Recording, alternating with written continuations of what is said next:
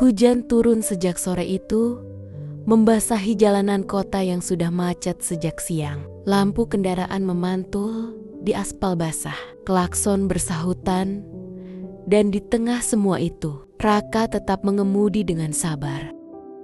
Ia adalah pengemudi ojek online berusia 28 tahun, hidup sederhana, dan menjadi tulang punggung keluarganya.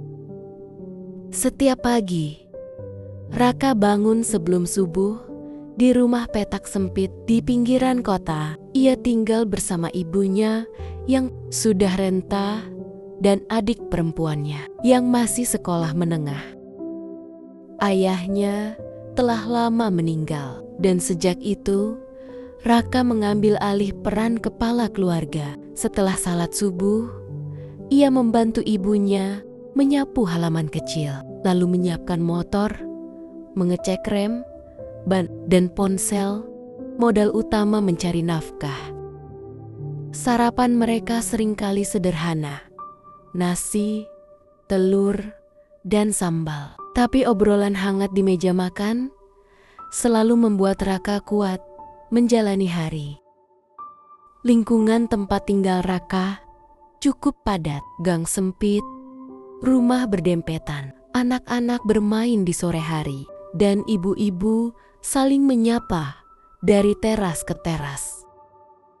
Hidup mereka tidak berlebih, tapi penuh kebersamaan. Tetangga sudah hafal suara motor Raka yang berangkat pagi dan pulang larut malam. Sore itu, sebuah order masuk di ponsel Raka. Lokasinya di depan sebuah gedung perkantoran. Di sanalah pertama kali ia bertemu Alia, penumpang yang kelak mengubah hidupnya. Alia, gadis 25 tahun, berdiri di bawah kanopi kecil sambil memeluk tasnya erat. Wajahnya lelah, matanya sembab, dan jas hujannya tampak terlalu tipis untuk hujan selebat itu. "Mas, hujannya deras ya? Maaf kalau jadi lama," ucap Alia pelan saat naik ke motor. "Tidak apa-apa mbak, kita pelan-pelan saja," jawab Raka ramah. Sepanjang perjalanan, hujan semakin deras. Motor melaju perlahan di antara genangan air dan kemacetan. Saat berhenti di lampu merah, Raka menyadari Alia menggigil. "Dingin, ya, mbak?" tanyanya.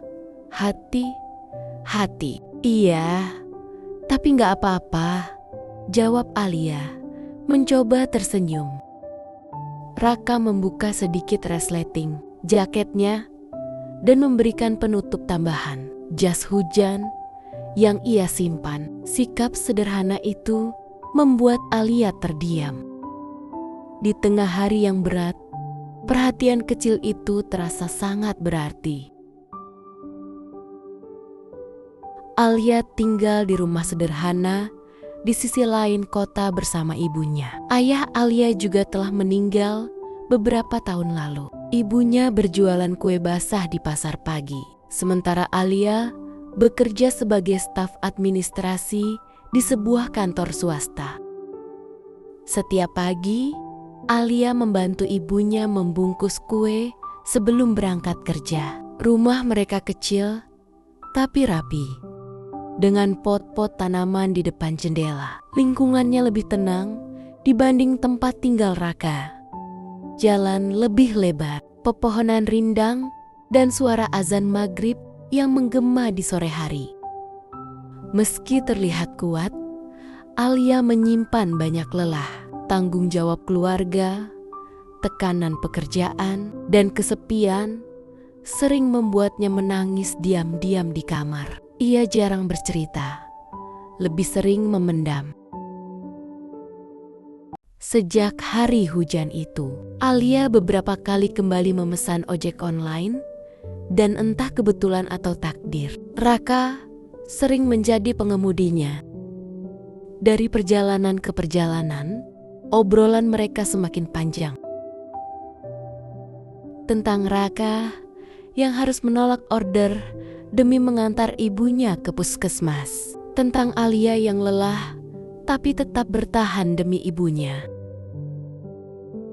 Tentang mimpi kecil yang sama, hidup tenang, cukup, dan tidak menyusahkan orang lain. Mereka tidak pernah berbicara tentang cinta, tapi di balik helm dan jas hujan, ada rasa hangat yang perlahan tumbuh. Saat hujan turun, mereka saling menguatkan.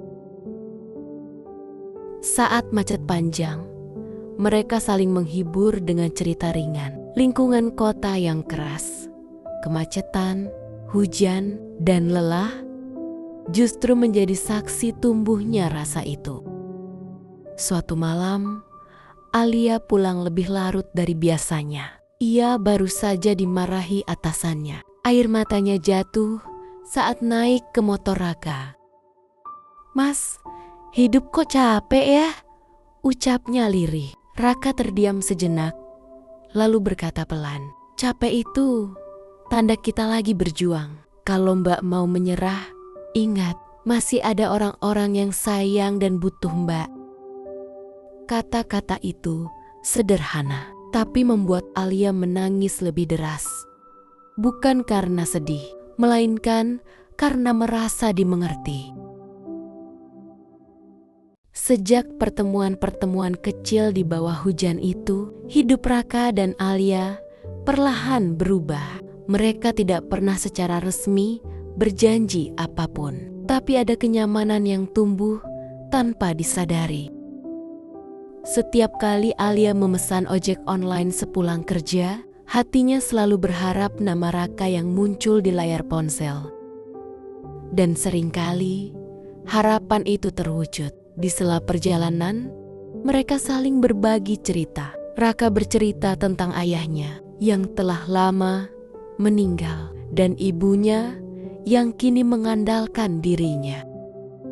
Tentang rumah sempit di gang kecil yang selalu ramai suara tetangga. Tentang mimpinya membuka bengkel motor kecil suatu hari nanti. Alia pun bercerita tentang ibunya yang berjualan kue. Tentang hidup sederhana di kota besar yang kadang terasa kejam. Dan tentang lelahnya menjadi perempuan yang harus selalu terlihat kuat di kantor. Di atas motor itu, mereka bukan siapa-siapa. Hanya dua manusia yang sama-sama berjuang. Namun Alia sadar, dunia mereka berbeda.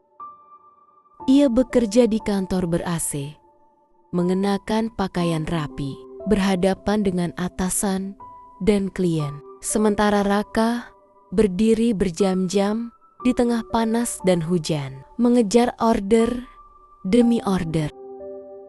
Suatu malam, Alia mendengar rekan kantornya berkata, "Pacarmu ojol ya? Hebat sih, tapi apa nggak mikir masa depan?" Ucapan itu menusuk, meski Alia hanya tersenyum menahan perasaan. Ia pulang malam itu dengan hati gelisah. Keesokan harinya, ia sengaja tidak memesan ojek. Ia memilih naik angkutan umum, bukan karena malu, tapi karena takut terlalu berharap. Raka menyadarinya. Sudah beberapa hari ia tak menerima order dari Alia. Ada rasa kosong yang tak bisa ia jelaskan, tapi ia memilih diam.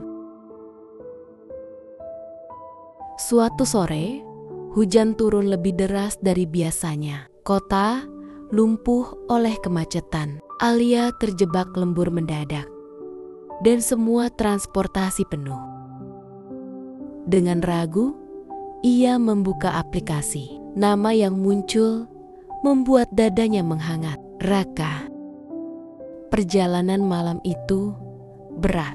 Hujan, macet, dan angin dingin. Di tengah perjalanan, motor Raka sempat mogok sesaat. Alia panik. "Maaf, Mbak, sebentar ya," kata Raka sambil menepi. Disitulah Alia melihat tangan Raka yang gemetar. Entah karena dingin atau lelah. Untuk pertama kalinya, Alia menyadari betapa berat hidup yang dijalani lelaki itu setiap hari. "Mas, terima kasih ya," ucap Alia pelan. "Untuk semuanya, untuk selalu kuat." Raka tersenyum. Selama masih bisa jalan, saya nggak akan berhenti. Kalimat sederhana itu justru membuat Alia menangis. Sejak malam itu, Alia berhenti ragu. Ia mulai sering mengunjungi rumah Raka, duduk di teras gang sambil mendengar cerita tetangga. Lingkungan yang dulu ia anggap sederhana, kini terasa hangat. Ibunya Alia pun akhirnya bertemu Raka.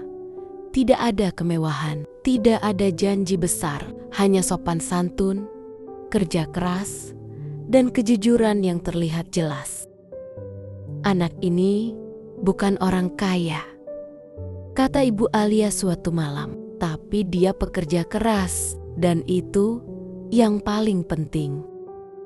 Beberapa tahun kemudian, Raka tidak lagi sepenuhnya menjadi pengemudi ojek online. Tabungannya ditambah bantuan kecil dari koperasi dan dukungan Alia, berhasil mewujudkan bengkel motor kecil di pinggir jalan. Alia masih bekerja di kantor, kini dengan senyum yang lebih tenang.